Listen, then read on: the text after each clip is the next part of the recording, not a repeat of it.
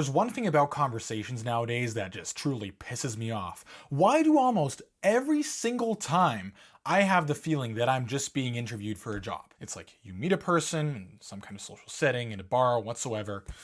What do you study? What's your job? What's your income? What have you studied in the past? What have you worked in the past? Which school did you go to? Where do you see yourself in 5 to 10 years?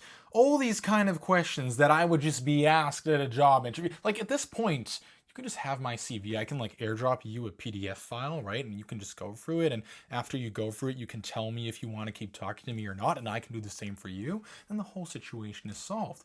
No! No! How can it be like this? Where is the questions like, what are the things you like doing the most? Where are your hobbies? What brings you here lately? How's your 21-year single streak been going? What exciting things have you been up to lately?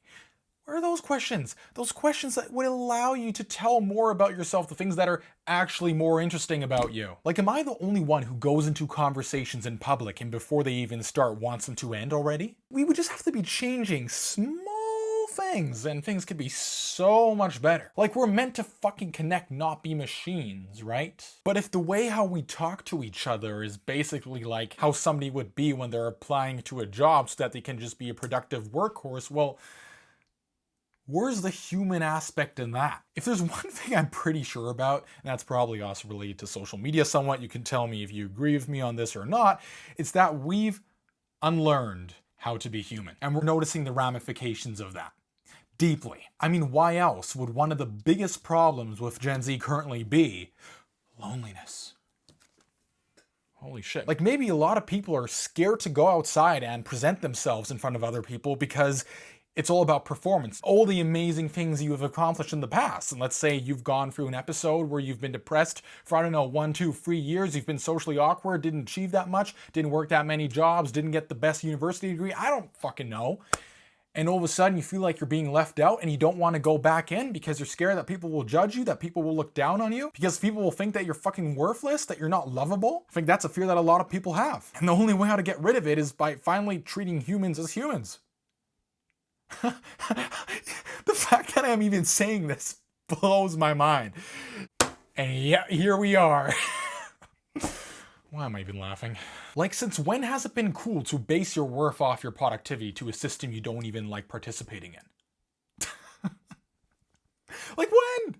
Since when has that become normal? And yet we're making it seem like it's just the everyday thing, right? And all of us are somehow unhappy. If I went into a setting and I met all the people and the conversations were not about all this superficial kind of shit, but about, like, you know, stuff we can connect to. What is the stuff you're going through? What are like some of the things you really have a passion for, you love doing? How do you plan to get closer to your dreams? Those kind of questions, right? Of course, you need to have a little bit of small talk to get towards those kind of questions, right? It's not like you just meet somebody on the street and say, what are your dreams? Although that could technically be an option.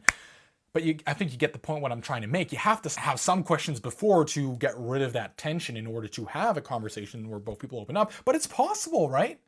You just have to steer the conversation into the right direction. Steer into the direction of humanity, not of fucking productivity. You see, a certain behavior, a certain type of communication only becomes the norm once enough people start adopting it. And enough people will start to adopt it if it becomes the mainstream, for example, on social media. And I think a lot of us want this. If there's one thing that so many of us young individuals who are scared that our future is going to be shit, but somehow still have hope, want is people speaking out and representing a voice of a silent majority that just does not know how to articulate what they're feeling.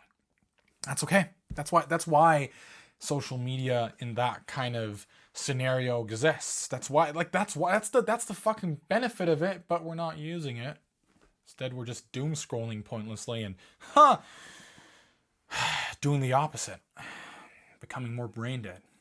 But you see, I have hope. And if I start taking this content thing seriously, if I start posting videos day by day, even 2 times a day, if I get my brain power back that I lost from the stupid social media challenge I did 3 weeks ago, yeah, I have plans. One of those plans is to bring humanity back and to make us connect in a way how we've never connected before.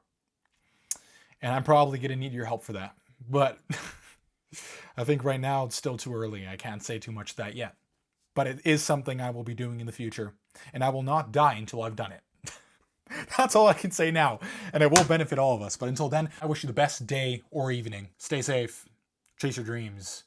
Never fucking give up. And always have hope for a better future.